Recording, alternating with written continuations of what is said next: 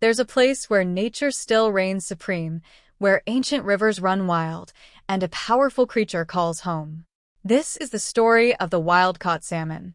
The host, standing on the rocky bank of the river, dressed in outdoor gear, holding a freshly caught salmon.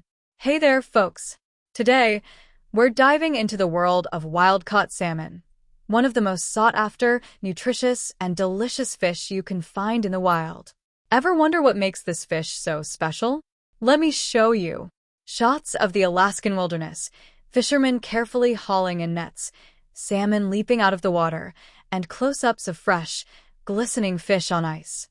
Host on board a fishing boat, holding up a net filled with fresh salmon. The difference between wild-caught and farmed salmon is night and day. Wild-caught salmon have a leaner texture, vibrant color, and a flavor that's unmatched.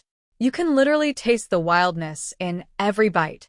This bright, deep red flesh is packed with omega-3 fatty acids, essential vitamins, and minerals.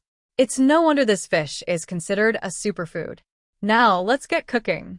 Wild-caught salmon is incredibly versatile. You can grill it, bake it, pan-sear it, but today, we're keeping it simple to let the natural flavors shine.